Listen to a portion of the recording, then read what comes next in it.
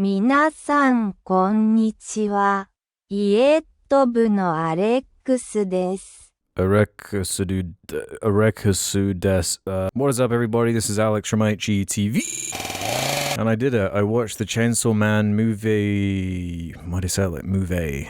Reze arc. So as the description says, a direct sequel to the first season of the series Chainsaw Man, which I haven't seen. So it was kind of funny trying to figure out what was happening. You might ask, why would you hop in without that context? And I had enough people tell me that I would enjoy this on an animation level. And when looking at these box office lists, this kept coming up. And unlike Demon Slayer, which everyone says is a bit more of a commitment as far as having to do homework to understand what was going on, this is kind of simple enough and spectacle focused to a point where you can still enjoy it without necessarily having to watch it. So that's my perspective from this review. And I mean, I liked it. When you read this description of the TV show, following a betrayal, a young man left for dead is reborn as a powerful devil-human hybrid after merging with his pet devil and is soon enlisted into an organization dedicated to hunting devils. Insane. And the film is batshit in the best way possible. I have seen screenshots of Chainsaw Man from the manga and the show, and find the character design to be really cool and just so weird. Japan rightfully hold the crown of 2D animation. They're like the only country that respects it. And it's nice to see that more and more films from there are becoming events over here in the West. And before I talk about some of the more nuts action spectacle stuff that it kind of morphs into, there were some really nice, sincere character moments towards the beginning, especially the sequence that was about cinema and watching movies, and the whole idea of there might only be 1 out of 10 movies you watch that connects with you, but when it does connect with you, there's something magical about it, and that's the feeling that you're always hunting for if you really value movies as an art form. The main character's a teenager, so a lot of the problems he has are teenage problems, girl problems. He's kind of in a love triangle. Don't really care about that too deeply, but once it lays the foundations and explodes into action, it is non-stop maximalism in a way that's hard not to be mesmerized by it. And it doesn't feel like needless key jangling either. There is so much artistry on display in service of something so absurd that you can't help but respect it. Especially when the character designs are so fun, the action is so well storyboarded and choreographed. This bomb character is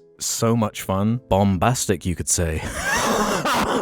So pervy and fucking bizarre. I love when a movie can remind me that, and it's one of the things I love about the medium of animation, is that you truly can do anything and you can make concepts that don't even make sense.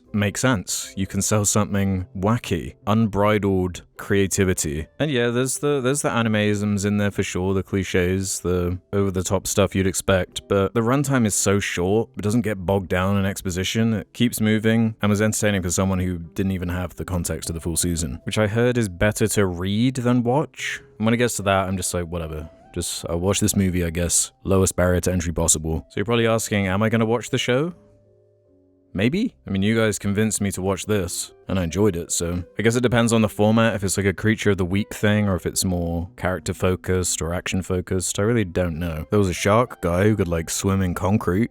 That was weird. The B-plot with these two seemed very TV-focused. That was an element that was more confusing for someone who hasn't seen the show. But they were decently characterized, and there's a really good action set piece with this dude with the sword. I found it funny and violent and weird, and the animation's impeccable, frame heavy, a real weight and tangibility to the movement, gorgeous backgrounds and use of color, neat stylistic choices with like a dream sequence that it opens on, and this moment here that this frame is from is really cool. It's just cool, and sometimes that's all you need to be, and that's alright. And honestly, I don't have much more to say than that. It wasn't particularly deep, it wasn't that profound to me, but damn was it entertaining. So it convinced me to watch the show, or read the manga or whatever, but I was solidly entertained and really dig that a movie with this tone that you have to read subtitles for is connecting with so many people. So let me know your thoughts. I'll see you on the next vid.